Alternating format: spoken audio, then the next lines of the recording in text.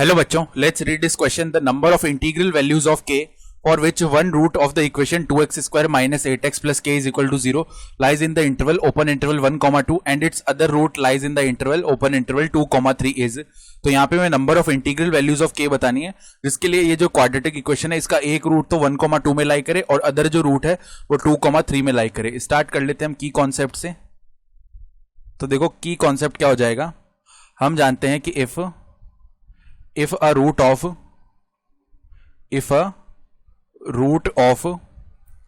a quadratic polynomial px lies between a1 and a2, तो यहां से क्या होता है कि f ऑफ a1 का जो वैल्यू है मल्टीप्लाई में f ऑफ a2 का जो वैल्यू है वो लेस देन 0 आता है. ठीक है, इसको हम समझ भी लेंगे फिगर बना के भी. तो ध्यान से देखो इक्वेशन क्या है. पहले तो 2x square minus 8x plus k is equal to 0. तो जो स्टैंडर्ड हमारे पास क्वाड्रेटिक इक्वेशन होती है या क्वाड्रेटिक पॉलिनोमियल या चलो इक्वेशन बोलते हैं, ax square plus bx plus c is equal to 0. Equation के लिए जरूरी है कि a is not equal to 0 होना चाहिए, क्योंकि अगर a 0 हो गया तो यहां पर ये क्वाड्रेटिक बचेगा ही नहीं. ठीक है, तो हम देख पा रहे हैं कि a जो है यहां पे ग्रेटर देन 0 आ रहा है.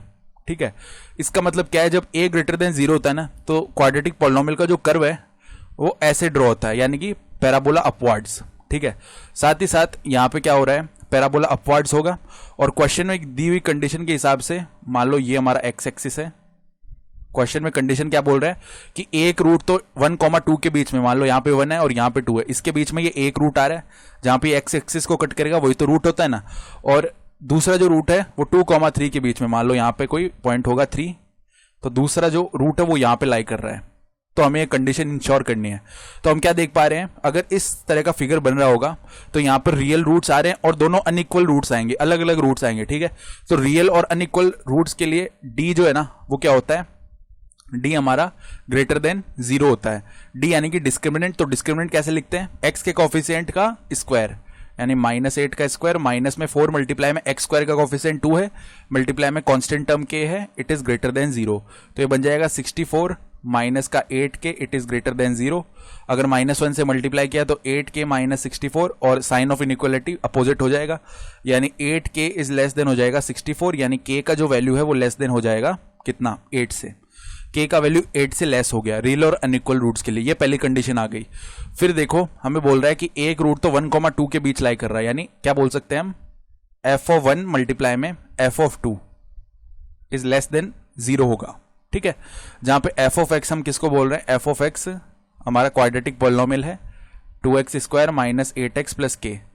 तो चलो यहाँ पे अगर f ऑफ 1 लिखना चाहें तो x की जगह पे 1 रख देंगे तो 2 माइनस 8 यानी -6 हो जाएगा. तो k -6 हो गया ये मल्टीप्लाई में, अब 2 रख देंगे x की जगह पे, तो 4 मल्टीप्लाई में 2 8 होता है. ठीक है, तो 8 और माइनस में 8 मल्टीप्लाई 2 यानी कि 16.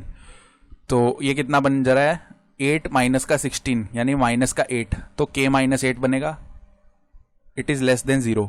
तो यहाँ पे रूट्स मार्क करेंगे k के लिए, एक तो 6 आ जाएगा, एक 8 आ जाएगा. अगर साइन देखेंगे इसका तो यहाँ पे पॉजिटिव, यहाँ पे नेगेटिव, यहाँ पे पॉजिटिव. लेस देन 0 के लिए हमें नेगेटिव वाला रीजन लेना है, यानी k बिलोंग टू आ जाएगा 6 to 8.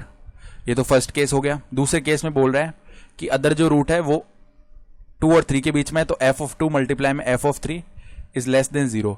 अब f ऑफ 2 तो हमें पता ही था क्या था, k -8 था, और f ऑफ 3 निकाल लेते हैं. तो f ऑफ 3 बोलेंगे यहाँ से, देखो f ऑफ 3 क्या आएगा, 3 का स्क्वायर 9 होता है, 9 मल्टीप्लाई 2 यानी 18 माइनस 8 मल्टीप्लाई 3 यानी 24 प्लस का k, यानी ये बन रहा है k -6. तो इधर भी आ रहा है k माइनस का 6, ये लेस देन 0 है. तो यहां से भी सॉल्यूशन क्या मिलेगा, k बिलोंग टू 6, 8. तो पहला जो कंडीशन है वो बोल रहा है k का वैल्यू लेस देन 8 है, तो यहां से लेस देन 8 का मतलब k बिलोंग टू -∞ to 8. ठीक है, और यहां पे आगे क्या बोल रहा है कि k जो है वो 6 से 8 के बीच में, और ये भी बोल रहा है k जो है 6 से 8 के बीच में. तो यहाँ पे तीनों कंडीशनों का हम इंटरसेक्शन लेंगे तो हमें क्या मिलेगा, k का फाइनल सॉल्यूशन 6 से 8 के बीच में, जहां पे 6 और 8 इंक्लूडेड नहीं है. तो इंटीग्रल वैल्यूज कितनी होगी k के लिए, केवल 7 ही तो होगा k का वैल्यू इंटीग्रल. ठीक है, तो इंटीजर वैल्यू केवल एक होगी, वो 7 होगी, ठीक है। तो नंबर ऑफ इंटीजर वैल्यूज केवल 1 आ रही है, तो ऑप्शन सी सही है। I hope you understood this explanation. Best of luck.